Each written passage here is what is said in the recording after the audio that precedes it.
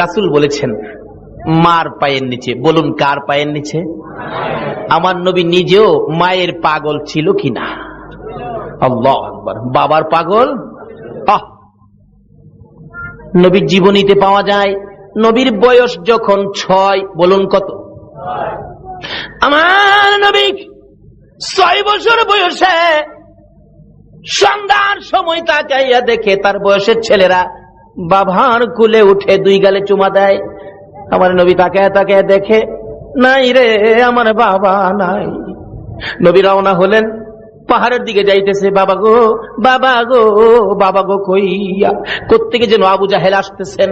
জীবনে কোনোদিন আবু জাহেল আমার নবীকে আদর করে না, ভালোবাসা দেয় না। ওই দিন ডাকতেছে, বাতিজা কই যাও? ও চাচা আমি জংলায় চলে যাই। কেন? আমার বাবা কই?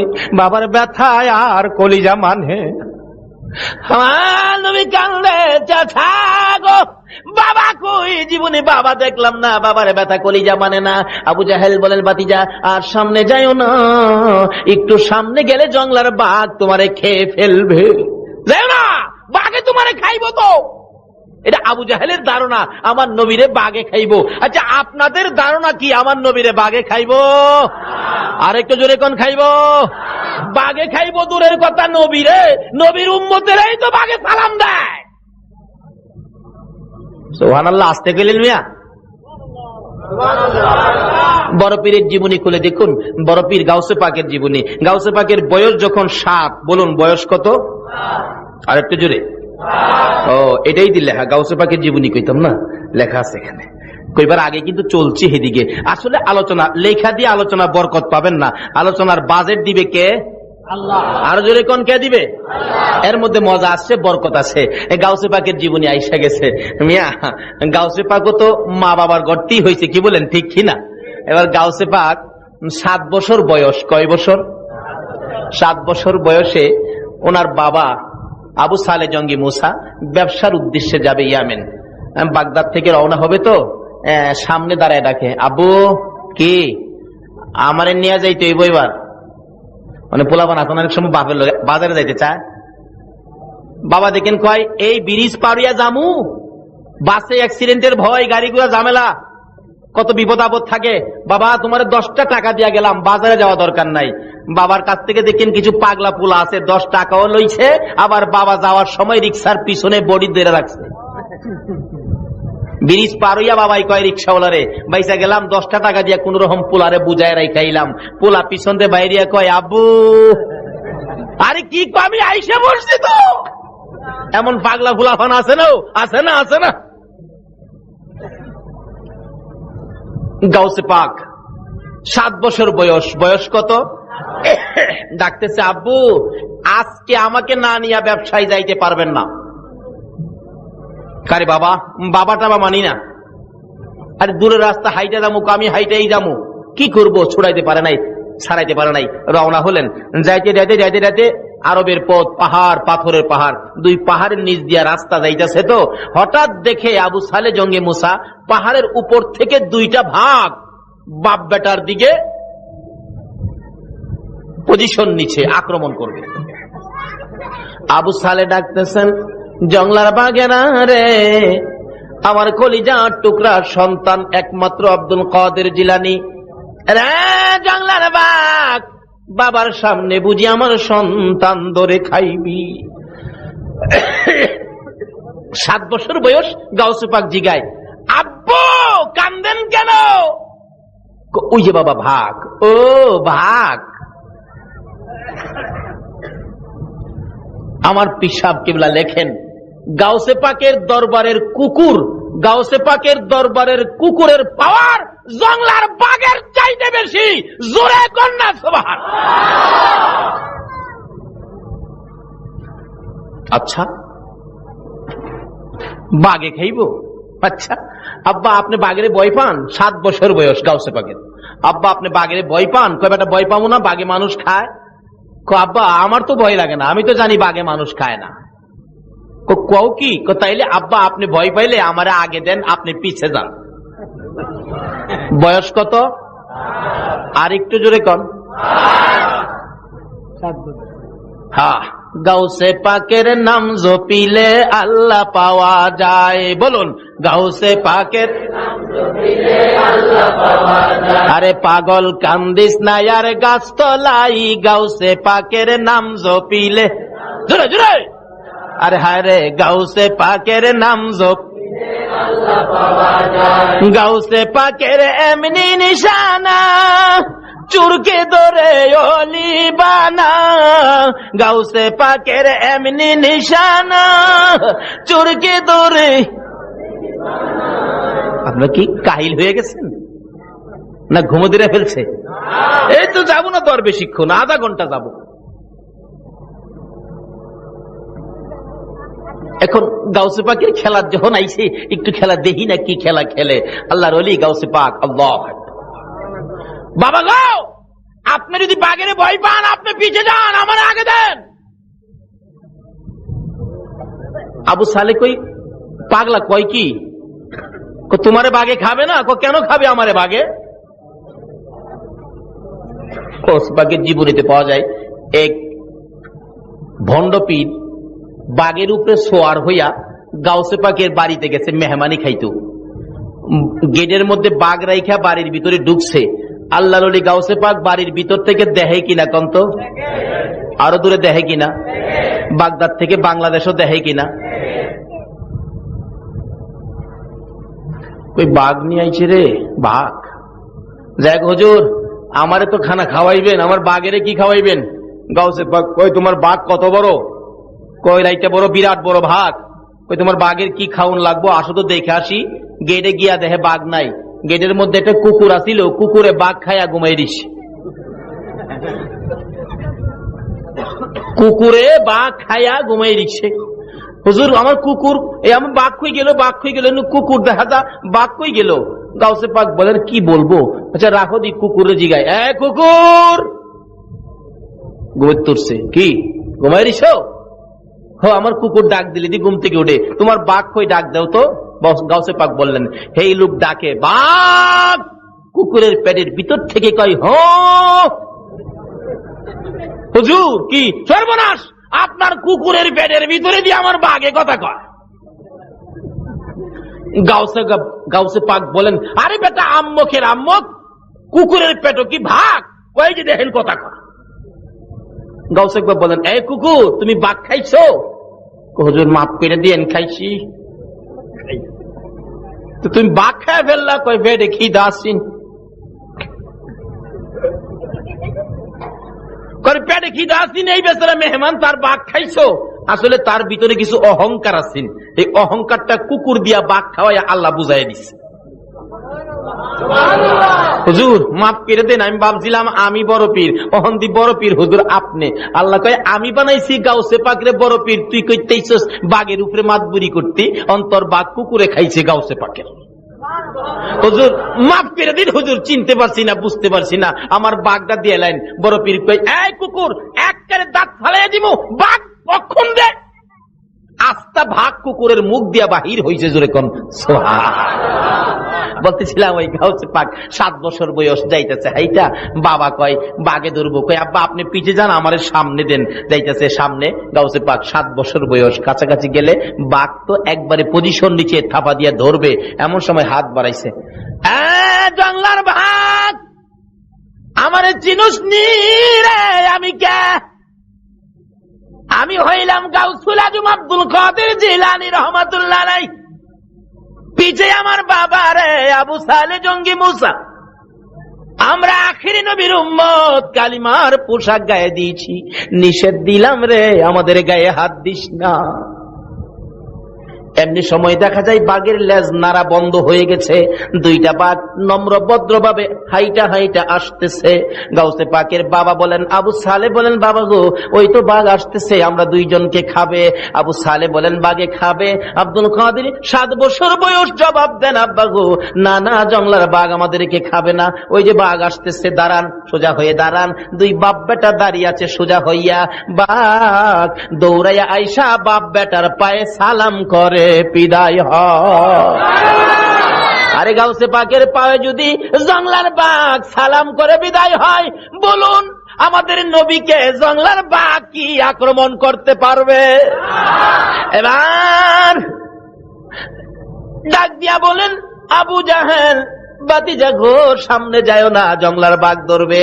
আমার নবীকে টান দিয়া উঠাইয়া গোড়ার পৃষ্ঠে বাড়িতে আইনা দিয়া ডাকতেছেন, আমেনা গো, ও আমেনা, তোমার এই সন্তান আজকে বাবার ব্যথায় কানতে কানতে জংলায় চলে গিয়েছিলেন। জংলার বাঘ আমি যদি না দেখতাম, জংলার বাঘ তোমার ছেলেরে খেয়ে ফেলতো। মা আমেনা দুইটা চোখের পানি ছেড়ে ছেড়ে জবাব দেন, আবু জাহেল গো, আমার এই ছেলেরে জংলার বাঘে খাবে না। ছেলে যখন আমার পেটে ছিল, আমি যখন শিশু নবীর মা হইতেছিলাম, কত খেলা দেখেছি। এরে আবু জাহেল, এই খেলা দুনিয়ার কেউ দেখে নাই। আবু জাহেল, আমার এই ছেলেকে জংলার বাগে ধরবে না তুমি কেমনে জানো গো আমেনা? আমি যেদিন এই শিশু মোহাম্মদ, শিশু সন্তান, শিশু নবী পেটে রাইখা আমি একদিন বাড়ির সামনে দাঁড়িয়েছিলাম, হঠাৎ দেখি রে আবু জাহেল, একটা বাঘ দৌড়ে আসতেছে। বাঘ দেখে আমি থরথর করে ভয়ে কাঁপতেছিলাম। বাঘ আমার সামনে আইসা মানুষের মতো কথা বলে ডাক দেয়, আমেনা গো, ভয় পাও না, আমি তোমাকে খাইতে আসি নাই, আমি তোমাকে একটা খবর দিতে আসছি। তোমার পেটে রাহমাতাল লিল আলামিন, তোমার পেটে আখিরি নবী, তোমার পেটে শ্রেষ্ঠ নবী, তোমার পেটে আল্লাহর বন্ধু, যার উসিলায় কুল কায়নাত। রে আমেনা, আমি তোমারে খাইতে আসি নাই, খবর দিতে আসছি। তোমার দুইটা পাও বাড়াইয়া দাও, সালাম করে যা। আমেনা বলেন, আবু জাহেল রে, যে নবীর মা হওয়ার পরে জংলার বাঘে আমারে সালাম করে রে, আমার এই নবী শিশু নবী রে জংলার বাঘ কোনদিন ধরবে না। রে আবু জাহেল, এই ভাগ আমার সন্তানকে ধরবে না, তাহলে তোমার সন্তান কেন কান্দে? আমেনা চোখের পানি ছেড়ে দিয়ে বলেন, আবু জাহেল গো, আমার সন্তান কান্দে, জীবনে কোনদিন বাবার মুখ দেখে নাই। মায়ের গলায় ধরে বাবা বাবা কইয়া কান্দে, মা কলিজা মানাইতে পারে না। নবীজির দাদা আব্দুল মুত্তালিব কান্দার আওয়াজ শুনে দৌড়াই আসছেন, আমেনা তুমি কান্দো, আমার নাতিও কান্দলে, কি দুঃখ রে। দৌড়াইয়া যাইয়া মায়ের গলা ছেড়ে দাদার গলায় আঞ্জায়া ধরেছে, দাদা গো, আমার বাবা কই? জীবনে একটা বার বাবা কইয়া ডাক দিলাম না। আমার সামনে মক্কার ছেলেরা বাবা বাবা কইয়া ডাকে, বাবার কোলে উঠে, আমি তো একদিন বাবার কোলে উঠলাম না, বাবা কইয়া ডাক দিলাম না। দাদা গো, আমার বাবা কই? আমার বাবার কাছে লইয়া যাই ভাবি। আমেনা দুইটা হাত বাড়াইছে, আয় কলেজার টুকরা সন্তান, আয় আমার বুকে আয়। মায়ের কোলে যাইয়া কাদের উপর মাথা ফেলাইয়া চোখের পানি দিয়া বুক বাসাইয়া কান্দে। আমার নবীর দাদা আব্দুল মুত্তালিব বলতেছেন, আমেনা গো, উম্মে আইমানকে সঙ্গী দিলাম, আর দুইজনকে সঙ্গে দিলাম, 5 জনের কাফেলা বানাইয়া একটু মদিনায় চলে যাও না। মদিনায় আমার কলিজার টুকরা খাজা আব্দুল্লাহ মদিনার জমিনে ঘুমাইয়াছে। আমেনা, আমার আদুরের নাতিকে তার বাবার কবরটাও যদি দেখাইয়া আনো গো, আমার মন বলে আমার নাতি কলিজায় শান্তি পাবে। আমার নবীর দাদা নাতিরে পাঠাইয়া দেয় বাবার কবর জিয়ারতে। এখন কবর জিয়ারতে যাওয়া নিষেধ হইয়া যায়, দেয় কিনা? নিষেধ দেয় কিনা? অলির দরবারে যাওন যাইতো না, মাজারে যাওন যাইতো না, কয় কিনা কি বলেন? অথচ বিপদে বললে অলির কাম লাগেনিও। যখন ঘূর্ণিঝড়, ঝড় তুফান, বর্ষা, বন্যা বাংলাদেশ পানির নিচে চলে যায়, তাদের হস্তে রহম করুন আল্লাহ, রহম করুন আল্লাহ। বিপদে পড়লে বুঝি ওলি আল্লাহর বাংলাদেশ, আর সুযোগ পাইলে বুঝি শাহজালালের মাজারে বোমা। দুঃখ লাগে ভাইসা।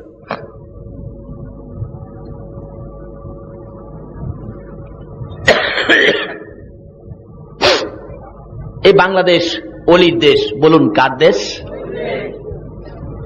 শত শত অলি, তার মধ্যে চট্টগ্রামবাসী আপনারা, আপনাদের জীবন ধন্য। বাংলাদেশের মধ্যে সবচেয়ে বেশি অলির খেলা হলো চট্টগ্রামে, দ্বিতীয়ত অলির খেলা হলো সিলেটের জমিনে। দুইটা জমিনে অলির খেলা, যেহেতু পাহাড়ি এলাকা। আল্লাহর অলিরা নিরিবিলি থাকতেন, আল্লাহকে ডাকতেন, বন্ধুত্বের রশি আমার আল্লাহর সাথে লাগাইতেন নবীর দেওয়া রাস্তা দিয়া। বলুন কার দেওয়া রাস্তায়? বলতেছিলাম দয়ার নবী, মায়ার নবী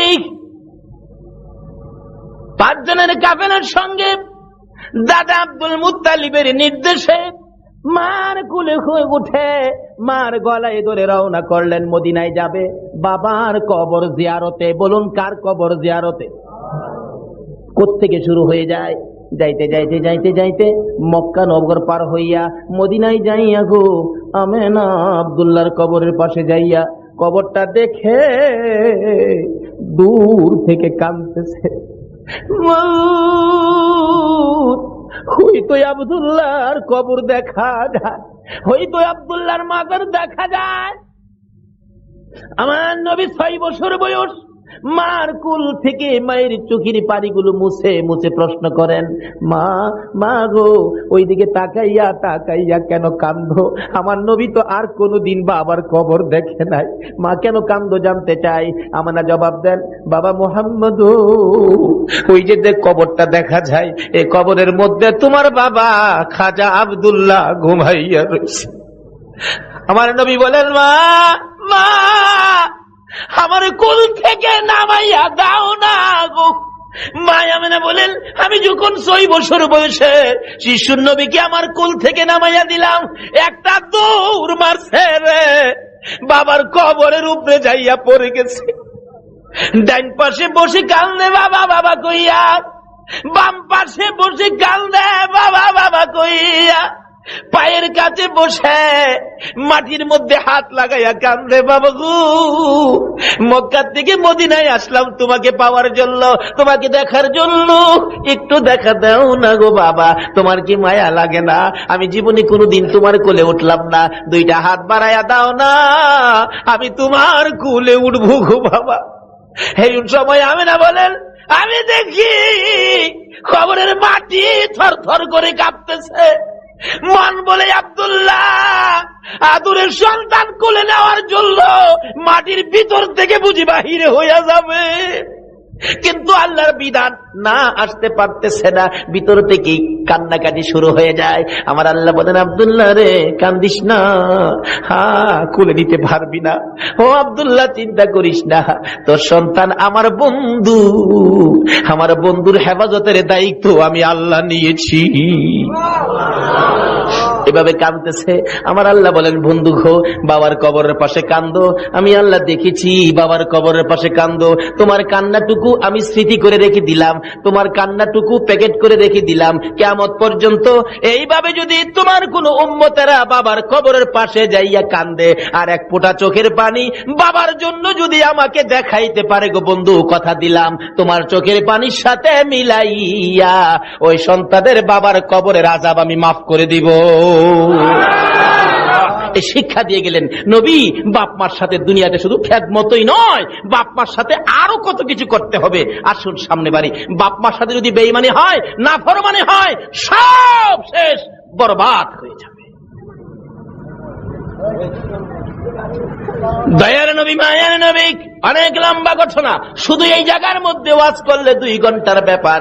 দয়ার নবী মায়ার নবী এখানে কান্নাকাটির পর মা আমেনা টাইনা উঠাইয়া কিছুদিন বেড়াইয়া মদিনার থেকে আবার রওনা হলেন, মক্কা যাবেন। আবওয়া নামক স্থান, মক্কা কাছাকাছি যাইয়া মা আমেনা বলেন, উম্মে আইমান রে আমার শরীর ভালো না, আমি তো হাঁটতে পারতেছি না, আমার শরীরের মধ্যে জ্বর আইসা গেছে, তাবু টানাও, তাবু টানাইলে।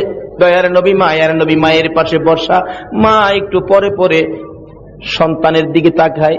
আমার নবী জিগায়, মা গো বারবার কেন আমার দিকে তাকাইয়া থাকো? আমেনা বলেন, বাবা গো আমার মন বলে গো আমি বাঁচবো না। আমার নবী আনজায়া গলায় ধরেছে, মা বাবার ব্যথা কলিজা মানে না, তুমি যদি না বাঁচো দুনিয়ার থেকে বিদায় হয়ে যাও, আমি কার গলায় ধরে ঘুমাইব? না না তোমাকে মরতে দিব না। আমেনা কান্দে, বাবা গো না আমি বাঁচতে পারবো না, মন বলে আমি বাঁচবো না, মাথায় পানি দাও। একটু পানি যখন মাথায় দিলেন আমেনা বলেন, উম্মে আইমান রে এই পানিগুলো আর খরচ করিস না রে উম্মে আইমান, আমার বাবার যদি পানির প্রয়োজন হয় পানি কোত্থেকে পাবি, আমার পানি দরকার না, আমার বাবা কই আমার বুকে উঠাইয়া দে। আমার নবী মায়ের বুকে গলায় আনজায়া ধরে, আমার নবীর মা আমেনা 2টা গালে 2টা চুমু দিয়া বিদায় হইয়া যায়। আমার নবী বারবার ডাকে, মা মা গো আর মা জবাব দেয় না। দুই গালে চুমাইয়া চুমাইয়া আমার নবী কান্দে মা মা কইয়া, মা জবাব দেয় না। মরুভূমির বালু কত করে গো মাকে জীবনের বিদায় করে দিয়ে আমার নবী কান্দে। আমার আল্লাহ বলেন, বন্ধু গো, মাকে কবরের ভিতরে রেখে মার কবরের পাশে দাঁড়াইয়া কান্দো, বারবার কবরের দিকে ফিরে ফিরে চাও। এইভাবে তোমার উম্মতেরা যদি মায়ের কবরে যাইয়া কান্দে, রে বন্ধু কথা দিলাম, তোমার চোখের পানির সাথে ওই চোখের পানি মিলাইয়া আমি সন্তানের কান্ধার কারণে মায়ের কবরের আযাব চিরদিনের জন্য বন্ধ করে দিব। আমার নবী এই শিক্ষাটুকুন আমাদের কাছে তুলে দিয়ে গেলেন, শিক্ষা দিয়ে গেলেন। আমরা মা বাবা দুনিয়া থেকে বিদায় হলে এইভাবে মায়ের কবরে যাব, বাবার কবরে যাব। আল্লাহ বলেন, মায়ের কবরে বাবার কবরে চুপচাপ বসে থাইকো না, এই দোয়াটা তোমরা কইরো। কি দোয়া? আল্লাহ নিজে শিখাইলেন, রব্বির হামহুমা কামা রব্বায়ানি। বলুন, রাসূল যেই বাবা মা বাবার জন্য এইভাবে অবস্থান দেখায় দিয়ে গেলেন, এই মা বাবার সাথে কি আমাদের সম্পর্ক ঠিক আছে? এখন কয়জনের আছে? আমাদের এলাকায় তো মাশাআল্লাহ বিয়া শাদী করাইলে মা কি জিনিস পোলাই চিনে না, আর বাবা তো দেখতেই পারে না। এটা বাস্তব ঘটনা। অথচ রাসূল বলছে, মায়ের পায়ের নিচে কি জানি, আর একটু জোরে কর না। কার পায়ের নিচে? কোন মা? মা তো কয়েক কিসিমের আছে। যেই মা পেটে রাখছিল, যেই মা আপনাকে আমাকে প্রসব করতে যাইয়া 3 দিনের ব্যথায় জিহ্বা কামড়েয়া কুচকুচি করেছে, কারো কাছে কয় নাই, অসহ্য হয়ে ব্যথায় দাঁতি লেগে গেছে, জ্ঞান হারা, তখন শাশুড়ি দেখেছে আমার বৌমা এই অবস্থায়, নিশ্চয়ই ডাক্তার খবর দাও তো, বাচ্চা বুঝি হবে। আয়েশা দেখে বাচ্চা ভূমিষ্ঠ হয়ে গেছে, মা জিহ্বা বাহির করে দিয়ে 3 ঘন্টা পর্যন্ত বেহুশ হয়ে গেছে। আমার নবী বলেন, উম্মতেরা রে, এ মার পায়ের নিচে তোমার জান্নাত। মসজিদের নিচে নয়, মাদ্রাসার নিচে নয়, মক্কার নিচে নয়, মদিনার নিচে নাই রে, জান্নাত হইল তোমার মার পায়ের নিচে। বলুন, কার পায়ের নিচে? কোন মা? দেখিন, ছোটকালে 51 ভুক্ত সংসার তো, চাচা আছে, দাদি আছে, দাদা আছে। আপনারা আমরা যখন মায়ের প্রথম সন্তান দুনিয়াতে আসছে, মা দেখবেন বাচ্চাটারে কোলে নিয়ে খাইতে বসছে, চাচি আম্মা খাইতে বসছে, ফুপু আম্মা বসছে, দাদি বসছে, খালাম্মা ছিল বেড়াইতে, খালাম্মাও খাইতে বসছে। হঠাৎ করে আমরা মায়ের কোলে মাত্র আদি ছটাক পায়খানা করে দিছি। করেন নাই মায়ের কোলে পায়খানা? আদি ছটাক। তখন তো 50 গ্রাম ছিল না, আদি ছটাক পায়খানা। একটু গন্ধ লাগছে, ফুপু আম্মা কয় পায়খানার গন্ধ খাওয়া যাবে না, চাচি আম্মা কয় সর্বনাশ, খালাম্মা কয় হাই হাই কেন আইছিলাম, দাদি তো হুকিরা করতে বাইরে গেছে। সবাই নাকে কাপড় দিল, কিন্তু একটা মহিলা পায়খানাটারে কাপড় দিয়া প্যাকেট করছে, প্যাকেট করে পাশে রাইখা বাবারে বুকে চাপাইয়া ভাত খাইতেছে, একবারও নাকে কাপড় দেয় না। বলুন তো এই মহিলাটাকে? এই মায়ের পায়ের নিচে জান্নাত। আরে মা বাবার কথা মতো যে জন চলে না, কন্যা, মা বাবার কথা মতো যে জন চলে না, আল্লাহ নবীজির দয়া তারা পাবি না। হাইরে আল্লাহ নবীজির দয়া। মা বাবাকে দুঃখ দিলে নামাজ রোজা যাইবি ফলে, মা বাবাকে দুঃখ দিলে নামাজ রোজা যাইবি ফলে, মার কলিজায় আঘাত দিলে খুদা সহে না, মার কলিজায় আঘাত দিলে খুদা সহে না, আল্লাহ নবীজির দয়া তারা পাবি না। হাইরে আল্লাহ নবীজির দয়া। মা বাবা অতি আপন, মা বাবার কর যতন, মা বাবা অতি আপন, মা বাবার কর যতন, 3 কথার সাথী পায়া বুইলা যায় না, 3 কথার সাথী পায়া বুইলা যায় না, আল্লাহ নবীজির দয়া তারা পাবি না। হাইরে আল্লাহ নবীজির দয়া। সব বরবাদ। নামাজ, রোজা, হজ, যাকাত, টুপি, দাড়ি, পাঞ্জাবি, মুফতি, মুহাদ্দিস, মুফাসসির, বক্তা সাহেব, মৌলানা সাহেব, হাজী সাহেব, গাজী সাহেব, মক্কা মদিনার ইমাম সাহেব যদি হও, এই মার কলিজায় যদি আঘাত দাও, আল্লাহর কসম জান্নাতে যাওয়া হবে না। আমার নবী বলেছে জান্নাত কোথায় বলুন? কার পায়ের নিচে? আরো জোরে, হাই হাই, মা মা, কত মজার ডাক, একটা অক্ষরের নাম মা, এক অক্ষরে এত মজার নাম আর পৃথিবীতে নাই। এখানে বুঝার ব্যাপার, মার পায়ের নিচে কেন জান্নাত, এই জিনিসটা বুঝার ব্যাপার। আরেকটা বুঝার ব্যাপার হলো কুল নবীর উসিলাই গো কুল কায়নাত, এক নবীর জন্য যদি এত কিছু করতে পারে, কেমন নবী বুঝা দরকার। একটা অক্ষরের মা, এই মার নামের পায়ের নিচে, এই মায়ের পায়ের নিচে জান্নাত, এটা কেমন মা, কেমন নাম, এটা বুঝা দরকার। আমার আল্লাহ বলেন এই দুইটার মধ্যে আমি আল্লাহ আছি রে, আমারে খুঁজতে হবে না। এই দুইটা যদি পরিষ্কার করতে পারো, আমি আল্লাহ তোমার পাশে পাশে থাকবো। কারণ এগুলি তো করেছি আমি, এর মধ্যে আমারে পাইবা। কয় না, শিশুর পিতা ঘুমিয়ে আছে সব শিশুদের অন্তরে। কবি কয় না, শিশুর পিতা ঘুমিয়ে আছে সব শিশুদের। একটা বাচ্চা শিশু, সেও তো পিতা, কি বলেন, পিতা না? কেন? সে যার পিতা হবে, ওই শিশুরা তো তার অন্তরে ঘুমিয়েছে।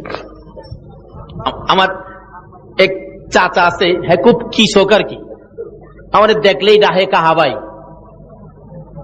লাগি চাচা ডাহে কাহাবাই, কাকা লাগি কাকা ডাকবো, আবার সাথে ভাইও ডাহে। আমার দেখলেই কো কাহাবাই কেমন আছো, কাহাবাই। বেটা বেয়াকুবের বেকুব, আমি কাকাও লাগি আবার ভাইও লাগি, এটা কোনটা? কয় মিয়া বুঝা লইছেন না তো কি, আপনি তো কাকা, আপনার মধ্যে আমার ভাই আছে না, অর্থাৎ আপনার ছেলে হইলে আমার ভাই হবে না? আমি তা তো হবে, এই জন্য তো কাহাবাই রাহি। তাইলে কাহার মধ্যে যদি ভাই থাকে, মার মধ্যে যখন জান্নাত, জান্নাতটা কার? আল্লাহ বলেন এই জান্নাতের মধ্যে আমি। কাহার মধ্যে যদি ভাই থাকে, তাইলে আমার নবীর মধ্যে আছে কে? এইটা নাম নেই তো পাইবেন, মুহাম্মাদুর সাল্লাল্লাহু আলাইহি সাল্লাম, মুহাম্মাদুর রাসূলুল্লাহ। এই রাসূলের ভিতরে কে আছে? আরো জোরে কোন কে আছে? আল্লাহ বলেন খুঁজা দেখো না, রাসূলের ভিতরে আল্লাহ আছে। সুবহানাল্লাহ কইতেন না? খুঁজা দেখো না।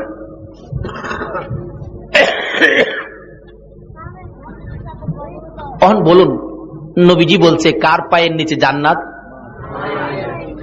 নামাজ পড়েন, মার সাথে সম্পর্ক ভালো না, নামাজে কাজে আসবে?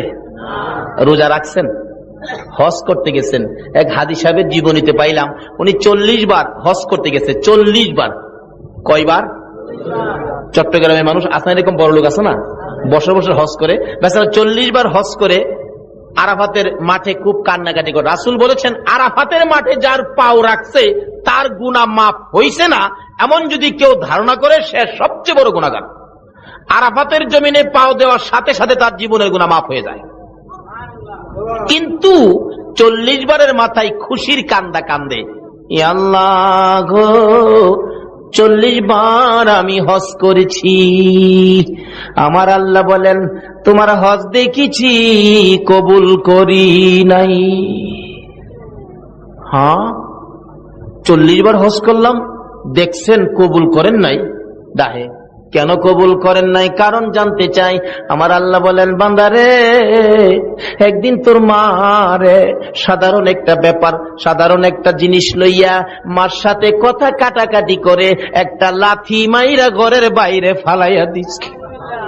তোর মা গলা কাটা মুরগির মতো লাফাইয়া লাফাইয়া কলিজাটা ফাইটা গেছিল। আমার কাছে বিচার জানাইয়া তোর মা দুনিয়ার থেকে বিদায় হয়েছে। হাজি 40 বার কেন? 40,000 বার যদি হজ করো রে, একটা হজও আমি আল্লাহ কবুল করব না। আবার রাসূল বলছে উম্মতেরা রে, তোমার মা বাবার চেহারার দিকে তাকাও। একবার যদি মার দিকে বাবার দিকে যদি মায়ার নজরে একবার তাকাইতে পারো রে উম্মতেরা, একটা কবুল 7টা উমরা হজের সওয়াব দেওয়া হবে। মক্কার হজ মদিনার হজ কবুল হইতে পারে, নাও হতে পারে। আমার নবী বলেছেন মায়ের চেহারার দিকে তাকারে, বাবার চেহারার দিকে তাকাও। মায়ার নজরে তাকাইয়া যদি বাবা কইয়া ডাক মারো, বাবা যদি খুশি হইয়া যায়। মারে যদি মা কইয়া ডাক মারো, মা যদি খুশি হইয়া যায় রে বাবা, যুবকের দল। আমার নবী বলেছে মায়ের দিকে মায়ার নজরে তাকাইয়া মা কইয়া ডাক মারছো, মা যদি খুশি হয়ে যায়, আমার রাসূল বলছে একটা কবুল 7টা উমরা হজের সওয়াব পায়া গেছো। এক সাহাবী বলেন ইয়া রাসূলুল্লাহ, আমি যদি বারে বারে তাকাই, বারে বারে ডাক দেই, রাসূল বলছেন একদিনের মধ্যে যদি 100 বার মা কইয়া ডাক দিয়া মারে খুশি করো, মার চেহারার দিকে নজরে তাকাইয়া মায়ের নজরে 100টা কবুল হজের সওয়াব তুমি পায়া যাইবা।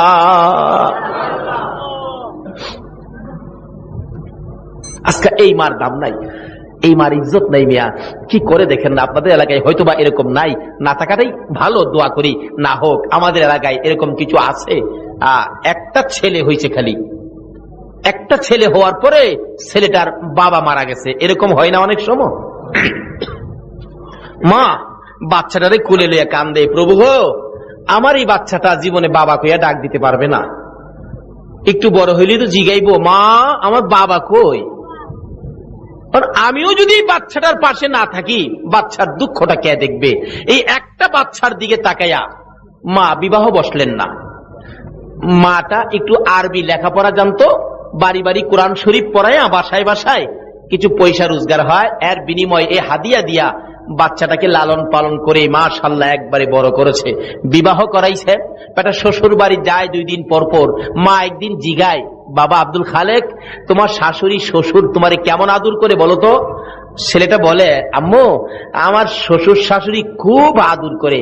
বাবা বাবার আদর পাও নাই বিদায় একটা শ্বশুর দেখে তোমারে বিয়া করাইছি আদরের জন্য, আদর ঠিক মতো করে তো? করে তো। কেমন আদর করে বাবা কও তো, আমি মা খুব খুশি হব তোমাকে আদর করলে, তুমি তো বাবার আদর পাও নাই। ছেলেটা কয় আম্মু কত আদর করে বলবো, তুমি নিয়ে আবার কষ্ট পাও? কয় না কষ্ট পাবো কেন, আমি তো খুশি হব। কয় তোমার চেয়ে অনেক বেশি আদর করে। মা কষ্ট পাইছি নি? হাই হাই সব শেষ করে দিলাম আমি। আমার চেয়ে বেশি, মার চেয়ে বেশি দরদি আদর পৃথিবীতে কেউ করতে পারে? দুনিয়াতে মার চেয়ে আপন নাই, কবর মিজান হাসর ফুলচিরাতে নবীর চেয়ে আপন নাই। হাসরের জমিন যেদিন কায়েম হবে গো, আমার আল্লাহ বলবেন জিবরাইল আমার বন্ধু কোথায় রে? আমার বন্ধু না আসা পর্যন্ত বিচারের কাজ শুরু হবে না। জিবরাইল বেরিয়ে যাবেন আমার নবীর তালাশে, ঘুরতে ঘুরতে ঘুরতে ঘুরতে যাইয়া দেখবে ফুলসিরাতের কিনারে আমার নবী দাঁড়াইয়া দাঁড়াইয়া কান্দে। জিবরাইল ডাকবেন ইয়া রাসূলুল্লাহ বিচারের কাজ শুরু হবে, আসুন। আমার নবীর জবাব দিবেন না, আবার ডাক দিবেন ইয়া রাসূলুল্লাহ বিচারের কাজ শুরু হবে, আসুন। নবী জবাব দিবেন না। 3 বারের মাথায় নবীজি মুখটা যখন ফিরাবে, জিবরাইল দেখবে আমার নবীর চোখের পানি পড়তে পড়তে 2টা সাইড কালো হইয়া গেছে। জিবরাইল দেখবে আমার নবীজির 2 পাশে কাদা মাটি লাইগা রইছে। জিবরাইলকে চিৎকার মারবেন ইয়া রাসূলুল্লাহ চোখের 2টা সাইড কালো কেন, আরে কাদা মাটি কেন? আমার নবী জবাব দিবেন জিবরাইল রে, লক্ষ লক্ষ বছর নুরানি রুহানি জগতে উম্মতের জন্য কাঁদছি, 63 বছর জিন্দেগি দুনিয়ার জমিনে কাঁদছি, মদিনার রওজায় শুয়া শুয়া রে জিবরাইল উম্মতের ব্যথায় কাঁদতে কাঁদতে চোখের পানিতে মদিনার রওজার মাটি কাদা হইয়া আমার 2 পাশে কাদা লাইগা গেছে। আমার আল্লাহ জবাব দিবেন জিবরাইল রে আমার বন্ধুর চোখের 2টা সাইড কালো হওয়ার কারণ হলো উম্মতের মায়ায় কাঁদতে কাঁদতে আমার বন্ধুর চোখের 2টা সাইড কালো হইয়া গেছে। জোরে জোরে কন্যা সুবহানাল্লাহ। জিবরিল বলবেন ইয়া রাসূলুল্লাহ চলুন বিচারের কাজ শুরু হবে। আমার নবী একটু যাবে, আবার প্রশ্ন করবে জিবরাইল রে, আমার উম্মত নি জাহান্নামে দিয়া দেয়, আমি বিচারের কোর্টে যাইব না রে জিবরাইল, না জানি আমার বিচার, আমার উম্মতের বিচার না জানি রে, আমার উম্মতের বিচার জাহান্নামে ডিক্লার হয়ে যায়। আবার দৌড়া যাই আমার নবী আরশের নিচে সিজদায় পড়ে যাবে। আমার আল্লাহ বলবেন বন্ধু মাথা উঠাও, কথা দিলাম গো তোমার একটা উম্মতই আমি জাহান্নামে দিব না। আমার আল্লাহ বলবেন বন্ধু মাথা উঠাও, তোমার উম্মত একটাও জাহান্নামে দিব না। আমার নবী বলবেন প্রভু গো জাহান্নামে যদি না দিবা তাহলে হিসাবের খাতাগুলো কই, হিসাবের খাতাগুলো আমি নবীর হাতে উঠাইয়া দাও, আমি নবী শান্তি পাবো। আমার আল্লাহ জিজ্ঞেস করবেন বন্ধু গো হিসাবের খাতা কেন আপনার কাছে দিব? মাবুদ আমার গুনাহগার উম্মতের গুনার খবর অন্য নবী রাসূলেরা যেন জানতে না পারে। আমার আল্লাহ বলবেন বন্ধু গো অন্য নবী রাসূলেরা তোমার উম্মতের গুনার খবর জানলে তুমি লজ্জা পাইবা, আমি জানি, সেই জন্য অন্য নবী রাসূল জানবে দূরের কথা, আমি তোমাকেও জানতে দিব না, তোমার উম্মতের গুনাহ আমি আল্লাহ মাফ করে দিব। দয়ার নবী মায়ার নবী ক্ষান্ত হবেন, একটু শান্ত হবেন, দৌড়াদৌড়ি করবেন, আমার উম্মত গুলো কই, উম্মত গুলো একসাথে জমায়েত করবেন। আমার আল্লাহ বিচারের কাজ শেষ করে বলবেন বন্ধু গো এবার আপনার উম্মতের বিচার শুরু হবে। আমার নবী দুইটা চোখের পানি ছেড়ে দিবে, মাবুদ আমার উম্মতের সামনে আমার উম্মতের বিচার আমি সইতে পারবো না, তুমি কি বিচার করবা গো? আমি নবী সামনে দাঁড়াইলাম, বিচার করো। আমার আল্লাহ বলবেন বন্ধু আসো তোমার উম্মতের বিচার করব। বিচারের কোঠে যাইয়া কাছাকাছি হলে আপনারা এদিন ডেকে ডেকে বলবেন ইয়া রাসূলুল্লাহ উপায় নাই, বিচারের জন্য আইসা পড়ছে। আমার আল্লাহ বলবেন না বন্ধু কান্নাকাটি করবেন না, আপনার উম্মতের বিচার আমি সহজ করে দিব। কি সহজ করবেন? আপনার উম্মতেরা নামাজ পড়েছে হো, রোজা রেখেছে না খাইয়া হো, তাইলে এখন আপনার উম্মতের না খাইয়া যখন রোজা রাখছে, এখন আপনার উম্মতের খানার টেবিলে আগে বসাইয়া দেন। আপনারা খানার টেবিলে বসবেন, একটু খাবেন, আবার টেনশন করবেন না জানি কি বিচার হয়। আমার নবী বলবেন খারে আমি রাসূল থাকতে জাহান্নামে নিতে দিব না। আমার আল্লাহ বলবেন বন্ধু গো কিসের কান্দা কান্ধ? মাবুদ আমার উম্মতেরা খায় না বিচারের ভয়ে। আমার আল্লাহ বলবেন বন্ধু গো তোমার উম্মতের বিচার আমি খানার মধ্যে শেষ করে দিলাম। সেই নবীর উম্মত হইয়া আজকে রাত্র কাটাইয়া দিলাম। কত পুরস্কার আমাদের জন্য বাজেট মোনাজাতের মধ্যে টের পাবেন। আসুন শেষ পর্যায়ে চলে গেলাম। মা দুঃখিনী বড় কষ্ট পাইয়া চোখের পানি ছেড়ে দিয়ে বললেন বাবা গো এ কি বললি, আমার চেয়ে বেশি আদর কি তোরে কেউ করে? হ্যাঁ আমার শাশুড়ি করে, আমার শ্বশুর তো করে। আচ্ছা যাও শ্বশুর বাড়িতে গেলে দুইজনে মিলে পরামর্শ দিলেন, জামাই বাবু শোনো তোমার আম্মু কি করে? কয় কোরআন শরীফ পড়ায়, বাড়ি বাড়ি হাদিয়া পায়, কত টাকা আমার খরচ চালায়। দুইজনে পরামর্শ দিলেন তোমার আম্মু তো বাড়ি বাড়ি ভিক্ষা করে মিয়া, শ্বশুর বাড়ি যাইয়া আইসা এটা কও তোমার আম্মা তো ভিক্ষা করে, আর বাড়ির থেকে যাইতে দিও না, তোমার কলঙ্ক হবে। তাই নাকি? বাড়িতে যায় কয় মা তুমি নাকি বাড়ি বাড়ি ভিক্ষা করো। কে বলছে? শ্বশুর শাশুড়ি বলছে আরে বাবা আমি তো কোরআন শরীফ পড়াই, সর্বোত্তম কাজ। কই না তুমি নাকি বাড়ি বাড়ি ভিক্ষা করো, আজ থেকে নিষেধ দিলাম, বাড়ির থেকে বাহির হইতে পারবা না, যদি বাহির হও তোমার ঠ্যাংগুলি ভেঙে দিব। এই বাঙালি আছে না বাংলাদেশও?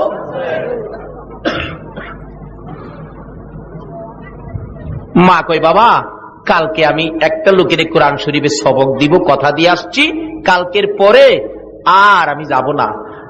নামাজি যত নামাজ তুমি পড়ো না কেন, এই মার সাথে যদি শোতা পরিমাণ বেশ কম কোনো ব্যবহার হয়ে যায় তোমার সকল নামাজ বরবাদ।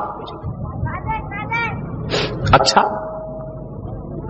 কালকে যেতে পারবো না বাবা, কালকে গিয়ে আর যাব না, কোরআন শরীফে সবক দিব তো, না যাওয়া নিষেধ। কিন্তু মা নিষেধ মানলেন না, কথা দিয়ে আসছে তো। কালকে যে কোরআন শরীফে সবক দিলেন, দুপুরে কিছু খানা খাইলেন, নতুন একটা কাপড় পরে মা খুশিতে বাড়িতে ঢুকতেছে। যুবক ছেলেটা খবর পাইছে মা গেল, একটা লাঠি নিয়া, একটা গজারি ঢাল মজবুত একটা লাঠি নিয়া উঠানের কিনারে দাঁড়াইয়া রইছে। মা যেই খুশি মনে উঠানে বাড়ির ভিতরে ঢুকছে, এত জোরে গজারি দিয়া আঘাত করেছে, কোমরের হাড্ডি ঠাস করে ভেঙে গেছে। দক্ষিণী মা ডান দিক তাকাই বাম দিক তাকাই, কেউ নি দেখছে। ছেলে মারছে, মা কারো কাছে বলবে না। হঠাৎ করে দেখে দুইটা মহিলা দৌড়ায় আসতেছে। এ কি করলো গো? এ মায়ের গায়ে কিভাবে আঘাত করলো? যেই মা এত কষ্ট করেছে আমরা দেখেছি। কাছাকাছি আসলে মা দুইটা চোখের পানি ছেড়ে দিছে। মহিলারা রে, আমার হাড্ডি ভেঙে গেছে রে, আমার জীবনের স্বাদ মিটা গেছে রে, আমি হাঁটতে পারি না, বসতেও পারি না রে, দাঁড়াইয়া থাকতে পারি না, আমার বিছানায় শুয়াইয়া দে। দুইটা মহিলা দৌড়ে দৌড়ে বিছানায় শোয়াইয়া দিল। ব্যথায় অস্থির চিল্লাইতেছে, একটা ট্যাবলেট পর্যন্ত কিনে দিল না।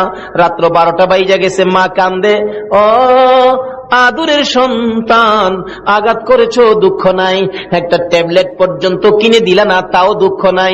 রাত্র 12টা বাজে, একবারে যদি আমি মায়ের পাশে আসতি, আমার মা কইয়া ডাক মারতি, একবার আমার কাছে আইসে আমার মা কইয়া যদি ডাক দিতি, আমার সকল ব্যথা দূর হইয়া যাইতো। আসলো না, ডাক দিল না। একদিন, 2 দিন, 3 দিন পার হয়ে যায়। 2 বছর, 3 বছর, 4 বছর পার হইয়া 7টা বছর পার হয়ে গেল গো, একদিনও মার কাছে আসে না। যে জায়গায় আঘাত করেছিল, চিকিৎসার অভাবে ওই জায়গাটা পচে গেছে, হাড্ডি পয়সা, গুস্ত পয়সা, দুর্গন্ধ শুরু হয়ে গেছে, বড় বড় কিরা পোকা পড়ে গেছে। মা মাঝে মাঝে ব্যথায় অস্থির হইয়া কান্দে। পাড়া প্রতিবেশীরা রে, আমার বাবা কই?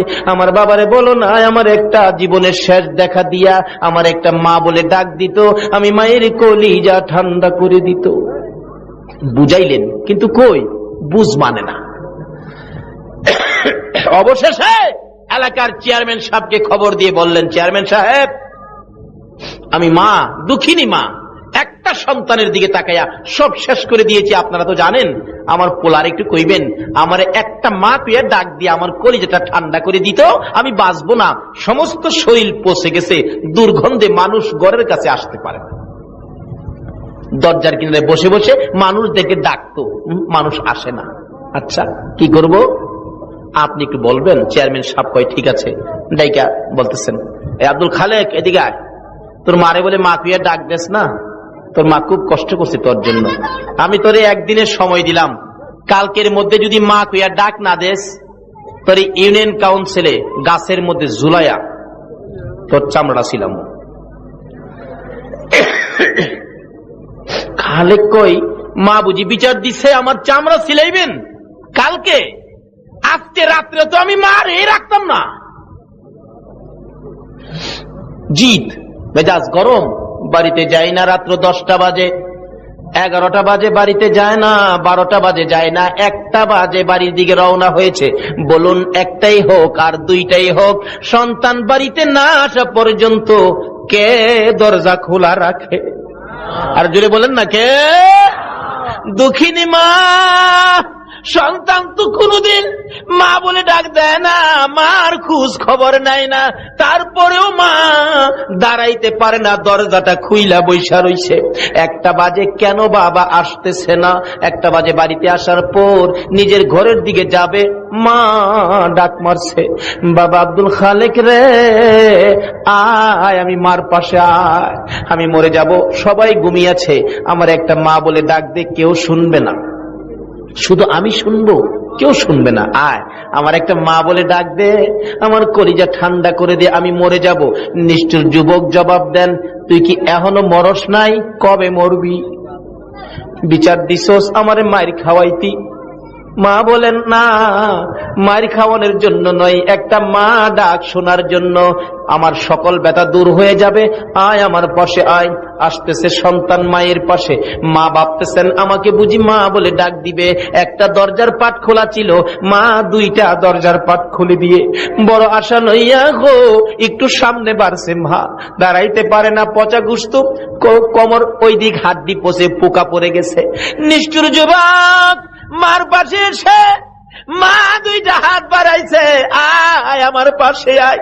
কাছাকাছি আইসা রে, মা দরজার পাশে বসা ছিল, এত জোরে একটা লাথি মারছে,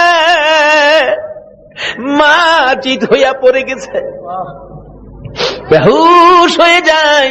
তার পরু মাকে পায়ে ধরে শাসরাইয়া বাড়ির পাশে একটা নদী ছিল, কাদা পানির মধ্যে ফেলে দিছে শীতের রাত্র।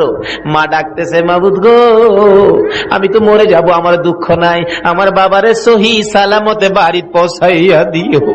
ছেলে মাকে বলে যাই গো, মা ছেলেকে বলে না, এমন দরদি মাকে আর ব্যথা দিও না। বাড়িতে গিয়ে নিজের ঘরের দরজায় আওয়াজ দিছে। বিবি কই, কে? আমি। দরজা খুলো। এত রাত্রে ডাক দেওয়ার সাথে সাথে দরজা খুলে দিলা, কি করো? তার 1 বছরের বাচ্চা ছেলে ছিল, দেখে তার বিবি বাচ্চাটা খুলে 2 গালে চুমাইতেছে। ময়না ঘুমাও না আব্বু, ঘুমাও না বাবু, ঘুমাও না, 1টা বাজে এখনো ঘুমাইতা না? যুবক তাকাইয়া দেখে 1টা বাজে তার বিবি 1 বছরের বাচ্চার গালে চুমায়। বিবি গো, 1টা বাজে বাচ্চা কি ঘুমাইছে না? একবারও ঘুমায় না, খালি চায় থাকে, ঘুমায় না, কি যেন বলতে চায়। 1 বছর বয়স, বাবু ঘুমাও না। যুবক দেখতেছে 1 বছরের বাচ্চা 1টা পর্যন্ত মা কুলে লইয়া 2 গালে চুমাই। এবার মনে মনে ধারণা করতেছেন, তাহলে আমার মন বলে রে, এই বয়সে বুঝি আমার মা 1টা বাজে আমারও 2 গালে চুমাইছে। বিবি 1টা বাজে